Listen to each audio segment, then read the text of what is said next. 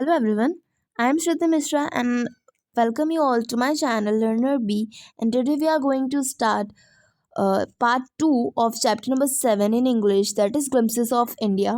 इस वाले पार्ट हमने इससे पहले वाले पार्ट में देखा था baker from Goa, that was very nice chapter. और इस वाले में हम सुपर डुपर कूल चैप्टर देखने वाला है, दैट इज़ कुर्ग। और कुर्ग एक बहुत ही सुंदर सी जगह है। आपने शायद इस चैप्टर में आने से पहले इसका नाम शायद नहीं सुना होगा, या मे भी सुना भी होगा।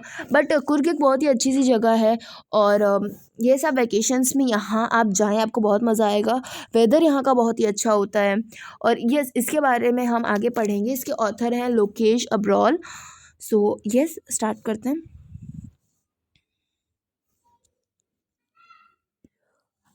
Okay, Coorg. Coorg is a coffee country famous for its rain forest and species. So Coorg एक कॉफ़ी कंट्री है। कॉफ़ी कंट्री मतलब कि पहली चीज़ की कंट्री नहीं एक्चुअली, मतलब ये एक ऐसी प्लेस है, इंडिया की ही एक प्लेस है कि अम, जो कि यस, इंडिया की एक प्लेस है। और ये कॉफ़ी कंट्री मतलब कि यहाँ पे कॉफ़ी बेसिकली ग्रो किया जाता है बहुत ज़्यादा, कि यहाँ से कॉफ़ी प्रोडक्शन ज़्यादा होता है। और ये एक रेन फॉरेस्ट एंड स्पीशीज़ है कि ओके, फेमस है ये अपने रेन फॉरेस्ट के लिए। Rain forest is a kind of forest कि जहाँ पे हमेशा वेदर जैसे रेनी रेनी सा रहता है। ठीक है। Midway between Mysore and the coastal town of Mangalore sits a piece of heaven that must have drifted from the kingdom of God.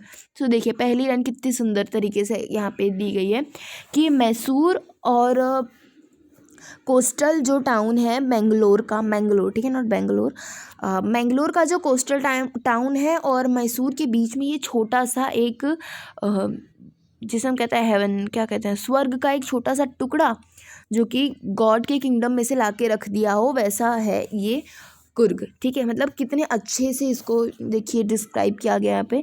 This land of rolling hills is inhabited by a proud race of martial man, beautiful women and wild creatures.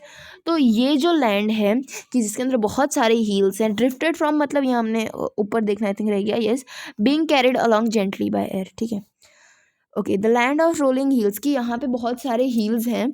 और ये इनका जो habitat है वो किस तरह से है कि हम मार्शल मैन, मार्शल मतलब क्या होता है, हैविंग टू डू विथ वार, कि वैसे इसका जो भी है मार्शल मैन के ऊपर जो भी है ना, वो हम आगे पढ़ने वाले हैं।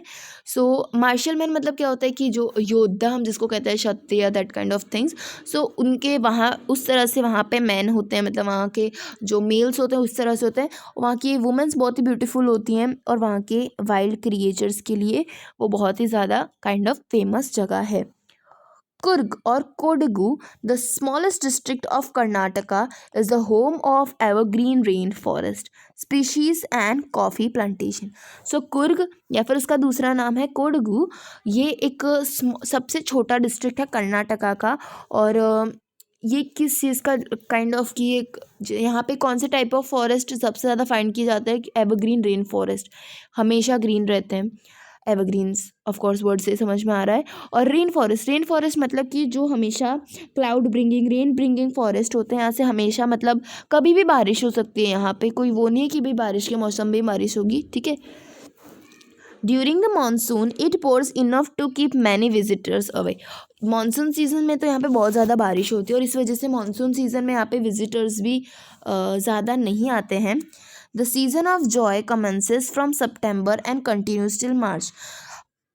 ओके, सितंबर से मार्च का जो भी जो टाइम पीरियड होता है वहाँ पे यहाँ पे बहुत अच्छा वेदर रहता है। यहाँ पे मतलब उतनी बारिश नहीं होती है compare to the monsoon season. और इस वजह से यहाँ पे ये जॉय मतलब एंजॉय करने के लिए ये परफेक्ट टाइम है।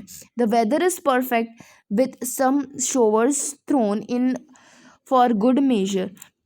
हाँ, कभी कभार थोड़ा सा बारिश हो जाती है, लेकिन वेदर यहाँ का बहुत परफेक्ट होता है। जैसे बारिश होने वाली है तो उसके पहले का जो वेदर होता है ना, वहाँ हमेशा वैसा वेदर रहता है। ये सब इमेजिन करती है वो कितना एक सुंदर सी जगह लग रही है ना।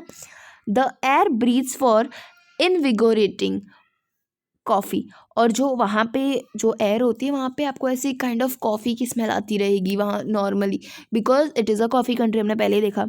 Coffee estates and colonical, okay, sorry, colonial bungalows stand tucked under tree canopies in prime corners. Canopies मतलब क्या, roof like covering that from shelters. तो यहाँ जो कॉफ़ी होता है वो जो कॉलोनियल बंगलोज जिसे हम कहते हैं उसके अंडर ट्री कैनोपीज इन प्राइम कॉर्नर्स.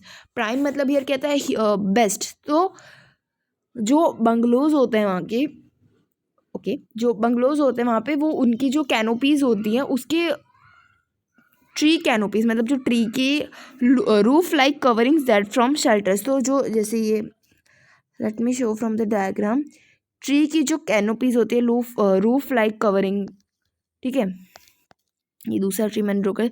तो इसके नीचे ये सब, क्योंकि हम कॉफ़ी के बारे में हम जानते हैं कि वो डायरेक्ट डायरेक्ट सनलाइट से वो अच्छे ग्रो नहीं होते हैं. उनको पार्शियली सनलाइट चाहिए कि उनके ऊपर डायरेक्ट धूप नहीं आनी चाहिए, नहीं तो वो अच्छे से ग्रो नहीं करते. कहीं कहीं से धूप आए, कहीं कहीं से अच्छा वेदर रहे, तभी वो ग्रो कर पाती हैं.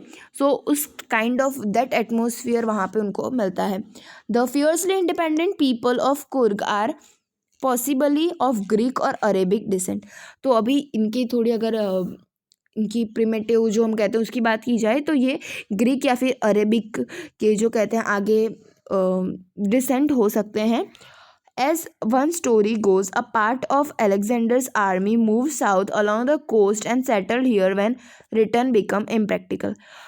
तो एक स्टोरी के हिसाब से, कोई भी एक स्टोरी होगी उसके हिसाब से, कि अलेक्जेंडर्स की जो आर्मी थी उनके जो कुछ लोग जो साउथ में आए थे यहाँ पे लड़ने के लिए, वो वापस कुछ रीजंस की वजह से नहीं जा पाए, इस वजह से वो यहीं पे सेटल हो गए.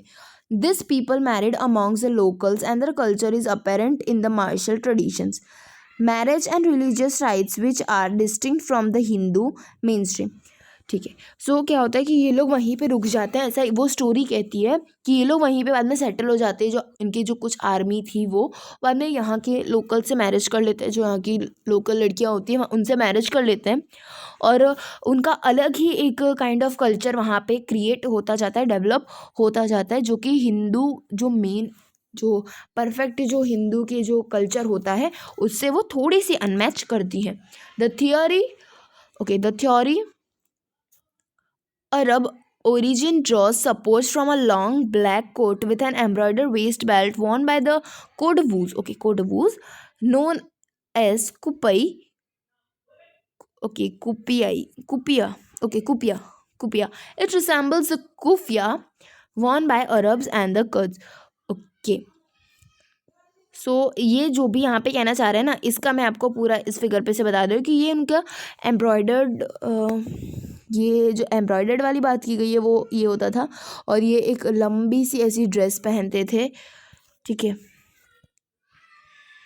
Waste belt worn by Kodavas. Kodavas मतलब क्या, ये जो कोडगू के रहने वाले लोग थे उनको कोडवूस कहते हैं. ठीक है. Coorgi homes are tradition of hospitality and they were more than willing to recount numerous tales of valors. Okay, tales of valors मतलब क्या, stories of courage and bravery usually in war to their sons and fathers.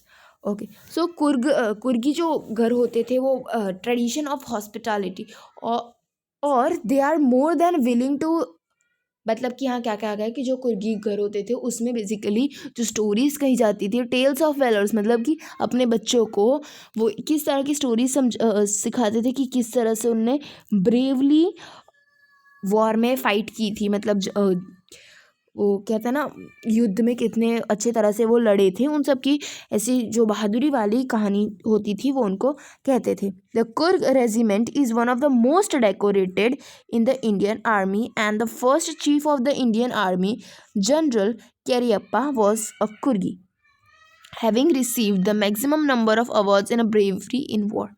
Most decorated मतलब Indian army में जो सबसे ज़्यादा award winning जो भी कोई कैटेगरी है तो वो कुर्ग रेजिमेंट है, कि जिसमें उन लोगों ने सबसे ब्रेव तरीके से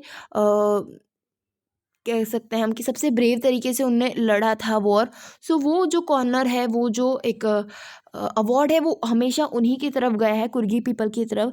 और सेकेंडली कि जो इंडियन आर्मी के जो फर्स्ट चीफ थे जिनका नाम है जनरल कैरियप्पा, वो भी एक कुर्गी थे. Even now Kodavas are the only people in India permitted to carry firearms without a licence. और अभी भी इंडिया में फायर आर्म्स अगर किसी को लाने हैं तो उसका लाइसेंस उसकी परमिशन सिर्फ कुर्गी पीपल को ही है कि जो लाइसेंस के बगैर भी वो ला सकते थे। The river Kaveri obtains it's water from the hills and forest of Coorg. तो अभी रिवर कावेरी कहाँ से बहती है? जो हिल्स और फॉरेस्ट है कुर्ग के वहाँ से। Mahseer a large freshwater fish around in this waters, okay, abound in this water, okay. So जो एक महासीर नाम की एक बड़ी सी जो फिश है वो भी यहाँ पे इसी रिवर में पाई जाती है। कौन सी? Kaveri. King fishes dive for their catch while squirrels and langurs drop their partially eaten fruit for the mischief of enjoying the splash and the ripple effect in clear water. Elephants enjoy being bathed and scrubbed in river by their mahouts. Okay, so यहाँ पे क्या कहा गया है कि जो king fishers होते थे that is a kind of creature. तो जो किंग फिशर्स होते थे वो उसमें डुबकी मारते थे फिश के लिए। स्क्विरल और लंगूर्स होते थे, क्या करते थे कि उनके जो कुछ खाए मतलब आधा खाया हुआ जो उनके फ्रूट्स होते थे उसको पानी में डालते थे, काइंड ऑफ नॉटीनेस कि ताकि वो पानी में जाकर स्प्लैश का आवाज़ आए। और पानी जो हमको पता है ना, ऐसे कोई चीज़ पानी के अंदर डालो तो जो भी हम kind of wave type create होती है गोल गोल गोल गोल, सो वो क्रिएट हो उसको देखने के लिए। और जो एलिफेंट्स होते थे वो उस रिवर में नहाते थे, उसमें वो एंजॉय करते थे। द मोस्ट लेड बैक मतलब relaxed, not in a Hari, individuals become converts to a life of high energy adventure with river rafting, canoeing, ये रहा, rappelling वो भी ये रहा, rock climbing and mountain biking. मतलब कि अगर कोई भी इंसान है कि जो भी जैसे यहाँ पे आता है बहुत ही एनर्जेटिक फील करता है और ये बहुत ही एक अच्छी जगह है। राफ्टिंग मतलब क्या होता है? Travelling in a river in a raft floating platform made by tying planks together. मतलब कि राफ्टिंग मतलब हम जानते हैं कि जैसे रिवर पे हम राफ्ट करते हैं ना, that is called rafting. Canoeing travelling in a river in a canoe a large narrow boat, एक बड़ी सी ऐसी बोट आती है। I hope I can, okay, so ऐसी बड़ी सी बोट आती है ना इसके ऊपर जब ट्रैवल करता है रिवर में, that is called canoeing. And rappelling मतलब going down a cliff by sliding down a rope. So जिसको हम ऐसे रोप होती है उसके ऊपर से ऐसे लटक के, पता है इंसान पता नहीं वन एंड से दूसरी तरफ इस तरह से जाता है, सो उसको कहते हैं रैपलिंग। तो ये सब कुछ इवेंट्स हैं जो कि एक इंसान को वहाँ पे बहुत अच्छा फील करवाती हैं। Numerous walking trails in this regions are a favourite with trekkers, okay. और यहाँ पे यस हम एक और चीज़ हम रह गए, माउंटेन बाइकिंग मतलब कि जो कहते हैं हम ट्रैकिंग करने के लिए वहाँ पे, क्योंकि वहाँ पे हिल्स बहुत सारे तो वहाँ पे लोग चढ़ाई करते हैं एंड दैट ऑफ थिंग्स। सो ये सब भी वहाँ पे बहुत ही प्लीजिंग है और वो एक बहुत ही अच्छी जगह हो सकती है। और वहाँ पे काफ़ी सारे जो वॉकर्स आते हैं कि जिनको ये कैंपिंग हाइकिंग इन सब का जो शौक होता है वो उनके लिए एक परफेक्ट प्लेस है। Birds bees and butterflies are there to give you company. और अगर आपको लगता है कि आप वहाँ पे अकेले हो तो नो, यू आर रॉन्ग। वहाँ पे आपको बर्ड्स बीज बटरफ्लाइज ये सब आपके साथ वहाँ पे रहते हैं। मतलब कि आप सोच सकते हैं वहाँ पे कितना अच्छा सा एटमोसफियर होगा, ठीक है। Macaques, okay, macaques, Malabar squirrels, langurs and slender lorises keep a watchful eye from tree canopy. मतलब कि इसका क्या मतलब है कि वो आपको वहाँ पे निगरानी आप पे नहीं रखते एक्चुअली। जो ये जो क्रिएचर्स हैं या फिर this kind of yes creatures जो हैं वो ट्री में बैठे बैठे, जो ट्री की जो कुछ छाँव होती है उसमें बैठे बैठे वो मतलब वो भी आपको वहाँ पे दिख जाएंगे। I do however prefer to step aside from wild elephants. मतलब कि अब ऑथर पर्सनली कहते हैं कि मैं ये तुम लोग को सजेस्ट करूँगा तो जंगली एलिफेंट से उनसे आप दूर रहे। The climb to the Brahmagiri, okay, Brahmagiri hills brings you into a panoramic view of the entire misty landscape of Coorg. Brahmagiri hills नाम की एक जगह है, हिल्स है कि जहाँ पे आप अगर चढ़ जाते हैं, पैनोरामिक व्यू मतलब कि a view of a wide area of land, मतलब आपको दूर बहुत ही बड़ी व्यू मिल जाती है, एक बड़ी रेंज की व्यू मिल जाती है उस ब्रह्मगिरी हिल्स पे अगर आप चढ़ते हैं। और वो भी बहुत ही एक बहुत ही प्लीजेंट सी वो भी एक जगह है जिसमें आप कुर्ग का मोस्ट ऑफ पार्ट उस पे से चढ़ के देख सकते हो। A walk across the rope bridge leads to a 64 acre islands of Nisargadhama Nisargadham, okay, Nisargadham.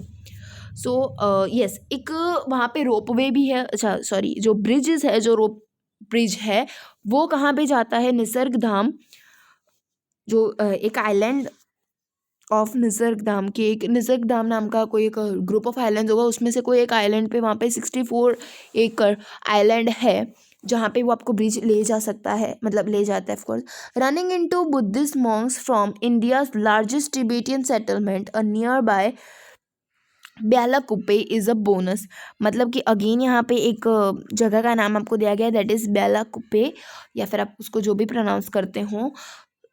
So into Buddhist monks from India's largest Tibetan settlement. तो Tibetan is a place, actually Tibet is a place near India, after Nepal की जो boundary थी वहाँ पे Tibet है, and then China, ठीक है। सो Tibetan जो सेटलमेंट है वहाँ से ये बुद्धिस्ट मॉन्क, इंडिया का जो लार्जेस्ट टिबेटियन सेटलमेंट है, सो वहाँ पे ब्यालाकुप्पे नाम की भी एक जगह है, जो कि again it is a kind of bonus plus point for your relaxation or pleasure. The monks in red, okay. The monks in red ochre and yellow robes are amongst the many surprises that wait to be discovered by visitors searching for heart and soul of India right here in the Kurg. सो क्या कहते हैं कि जो Monks होते हैं जिनको हम संत महान कहते हैं, तो ये लोग रेड और येलो कलर की जो काइंड ऑफ अटायर में होते हैं, कि जो काफ़ी न जाने कितने सारे विजिटर्स को उनका आंसर देते हैं कि जो इंडियन कल्चर की तलाश में होते हैं।